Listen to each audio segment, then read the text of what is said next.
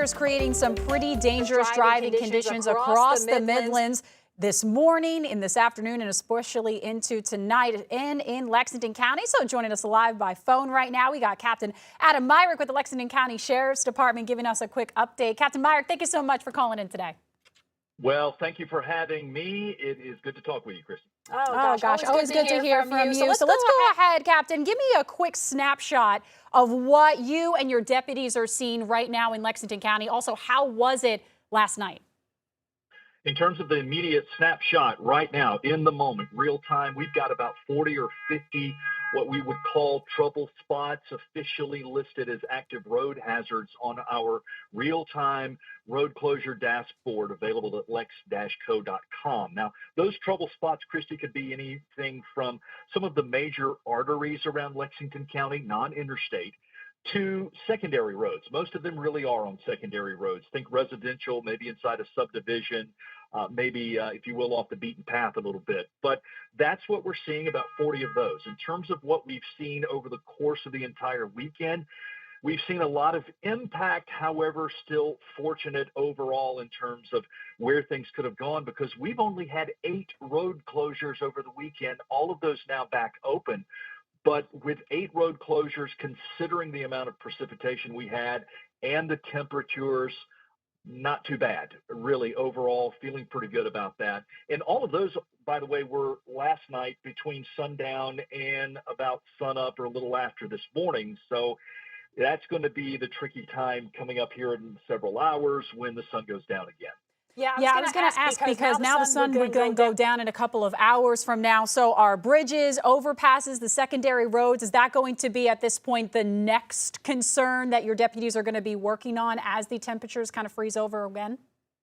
You feel like it certainly could be. On these secondary roads, they're shaded. They don't have as much traffic, of course, so that means there's more snow there, there's more ice there, and when that refreezes overnight, it's going to be, or even, as you said, when the sun goes down, that is going to be those trouble areas. So we encourage people, even right now, really, because there are a lot of crews out there working and still a lot of trouble spots as you go around here and there, wherever you might need to go. However, if you don't absolutely need to go, we really encourage people to stay home. We know some have to go to work, some have to go check on loved ones and run other important errands, but really, unless it's absolutely necessary, the best way to stay safe and protect others is to stay home. Yeah, that's next question there. Yeah, for folks who absolutely have to go out, even if they're debating on having to go out, but again, as you mentioned, if they do have to go to work at all today, what do they need to keep in mind if they do have to go out there on the roads over in Lexington County? Keep in mind, it's going to take longer. That usual 20-minute trip is going to take longer than 20 minutes, or that quick ride down to the store is going to be, or at least you should allow more time for even that quick run down the street, because you need to go slow. That is going to be the key. And then also allow more space between your car and the car in front of you, and just continue to scan the area for what could be some of those trouble spots. But keep in mind, sometimes you can't see those and they're not as apparent, even if you are doing some extra scanning as you drive. And no sudden braking. That's where that space between you and the car in front of you really is important, because sudden braking and some sudden steering moves is where the slipping and the sliding can start.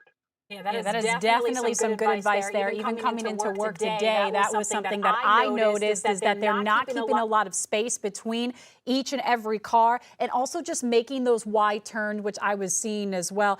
Captain Myrick, last thing as well, what are the deputies and what is your team, have they been working on stranded cars, crashes so far? Have we been seeing as far as traffic control? It looks like things are definitely picking up in our area as well as over on the interstates and roads. But at this point, have you guys had to do a lot of stranded cars or even car crashes over in the county? We've been helping troopers work those collisions that have happened, most of them as a result of ice. From the other's perspective, yeah, just helping people out who might have ended up off the road somehow. on an embankment or over in a parking lot and somehow again just off the road. So we've been helping people with that and just being on scene and being a resource. We want everybody to stay safe. We're here to help people, but also the best way you can help us is by staying off the roads. Another thing that we're doing, Christy, is we're really, along with the other first responders, EMS, fire service, we in Lexington County working together to be the eyes out there on the road. So a lot of the trouble spots that are reported on that real-time dashboard available at the county's website are the result of first responders being out there responding to routine calls for service and then seeing those trouble spots. So that's another part of what we're doing as well. We're patrolling the county, looking for those trouble spots that could present hazards on those secondary roads or any road across the county. Yeah, making sure that you have that resource ready and on hand. Captain Adam Myrick, Lexington County Sheriff's Department, thank you so much for your time and for really just everything that your deputies are doing to keep people safe. We really do appreciate it from you.